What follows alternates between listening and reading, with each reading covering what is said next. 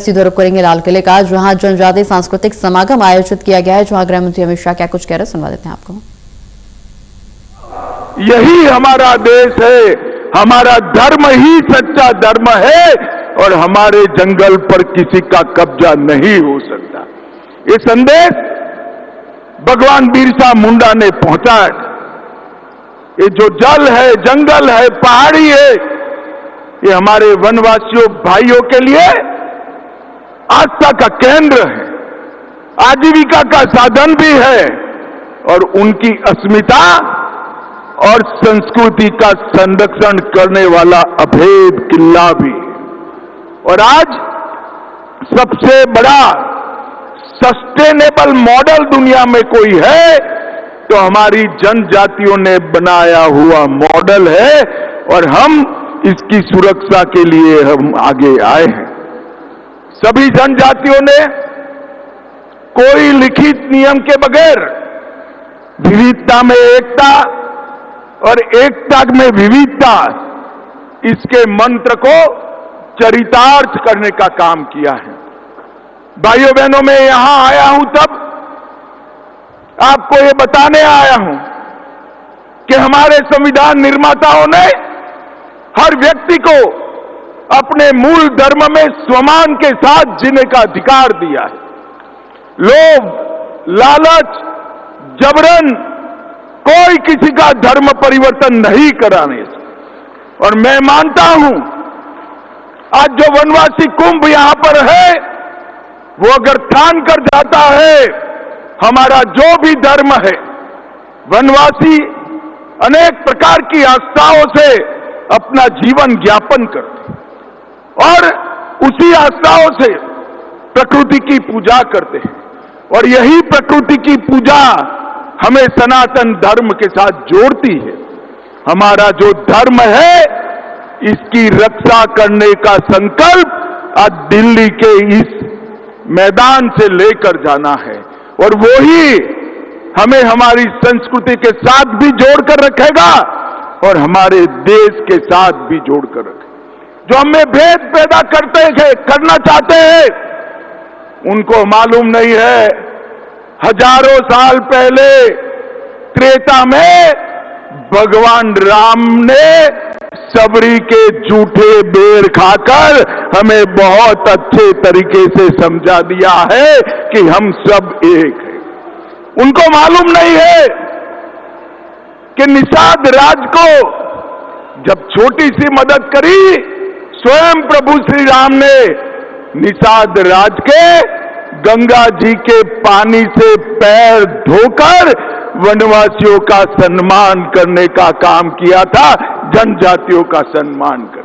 ये जो भेद पैदा कर रहे हैं, इनको आज का ये हमारा सम्मेलन और लाखों की संख्या में उपस्थित जनजातियां, ये उनके लिए एक बहुत बड़ा संदेश। मित्रों, आज मैं भी मेरे मंत्रालय के कारण और रुचि के कारण भी ढेर सारे जनजातियों के साथ मिलता जुलता रहे। अभी एक षड्यंत्र शुरू हुआ है कि यूसीसी जनजातियों को अपनी संस्कृति से, अपनी परंपराओं से जीने के अधिकार से वंचित करेगी। मैं आज इस मंच से नरेंद्र मोदी सरकार के गृह मंत्री के नाते स्पष्ट कर देना चाहता हूं, यूसीसी की कोई पाबंदी वनवासी जगत पर, वनवासी व्यक्ति पर लगने वाली नहीं। यूसीसी से कोई वनवासी अधिकारों का अतिक्रमण नहीं होने वाला है। दो राज्यों में जहां भारतीय जनता पार्टी की सरकारें हैं, हमने यूसीसी को लागू किया है। गुजरात और उत्तराखंड, और स्पेशल प्रावधान कर यूसीसी से सारे जनजातियों को बाहर रखने का काम नरेंद्र मोदी सरकार ने किया है। नरेंद्र मोदी सरकार, ये जो भेद पैदा कर रहे हैं, मैं उनको बताना चाहता हूं, यूसीसी से हमारे कोई वनवासी भाई, कोई जनजाति का परंपराओं के साथ खिलवाड़ नहीं होने वाला है।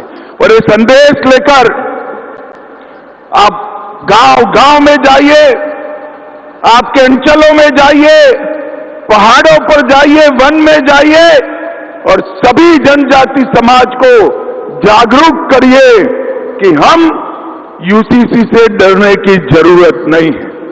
भाइयों बहनों, अभी अभी नरेंद्र मोदी जी के नेतृत्व में 5 दशक पुरानी नक्सल समस्या का संपूर्ण खात्मा हुआ है।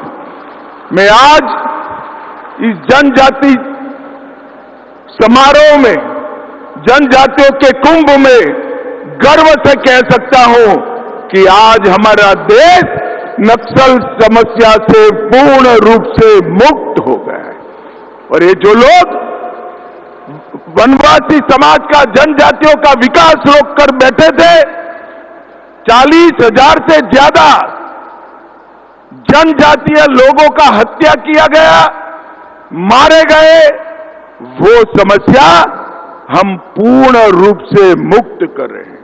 और एक जमाने में जहां नक्सलियों से लड़ने के लिए हमारे सुरक्षा बलों के कैंप लगे थे, हमने उसमें से 70 कैंपों को शहीद वीर गुंडाधूर सेवा डेरा जन सुविधा केंद्र में बदलने का काम नरेंद्र मोदी सरकार ने किया। और अब समय शुरू हो रहा है जनजातीय क्षेत्रों के, पहाड़ों के, जंगल के अंदर विकास का।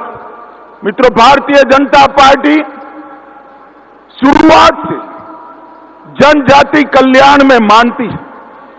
जब तक भारतीय जनता पार्टी के नेता अटल जी प्रधानमंत्री नहीं बने, जनजाति कल्याण मंत्रालय नहीं था। अटल जी ने जनजाति कल्याण मंत्रालय बनाकर जनजातियों के विकास की शुरुआत की और परिणाम देखिए, उसको मोदी जी ने आगे बढ़ाया। अभी बंगाल का चुनाव हुआ, जरा जोर से ताली बजाइए। 16 की 16 सीटें, ट्राइबल रिजर्व सीटें भारतीय जनता पार्टी जीत कर आई है। और नरेंद्र मोदी जी ने एक प्रकार से जनजाति कल्याण को आगे बढ़ाने का काम किया है। मैं आज इस मंच से ये जनजाति महाकुंभ को कहना चाहता हूं, कांग्रेस के जमाने में जनजातियों के कल्याण का कुल बजट 28,000 करोड़ था।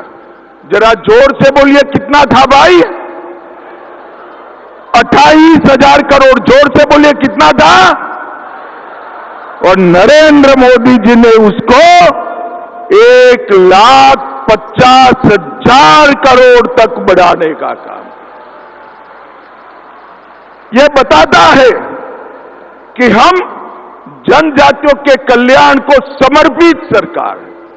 देश की आजादी के 76 साल तक देश के सर्वोच्च पद पर, राष्ट्रपति पद पर कभी जनजाति का कोई व्यक्ति बैठा नहीं था। नरेंद्र मोदी जी ने गरीब संथाल परिवार से आ रही द्रौपदी मुर्मू जी को महामहिम द्रौपदी मुर्मू बनाकर समग्र ट्राइबल समाज का कल्याण करने का। अटल जी के समय में ही झारखंड और छत्तीसगढ़ जनजाति बहुल राज्य बने और आज हमारे यहां उड़ीसा में भी जनजाति का मुख्यमंत्री है और छत्तीसगढ़ में भी जनजाति का मुख्यमंत्री है। ये हमारी पॉलिसी को बताता है। भाइयों बहनों, अभी हमारे अध्यक्ष जी पेशा कानून की बात कर रहे थे। मैं इतना ही कहना चाहता हूं कि पेशा कानून के लिए भारत सरकार ने एक पेशा सेल बनाया है। 1 लाख से अधिक मास्टर ट्रेनर्स बनाए हैं। पेशा के नियमों को, उसकी गाइडलाइनों को संथाली, गोंडी, भीली, मुंडारी ऐसी अनेक जनजाति भाषाओं में अनुवाद किया है। पेशा ग्राम पंचायत विकास योजना पोर्टल बनाकर इसकी रियल टाइम मॉनिटरिंग करने का काम हमारे भारतीय जनता पार्टी की सरकार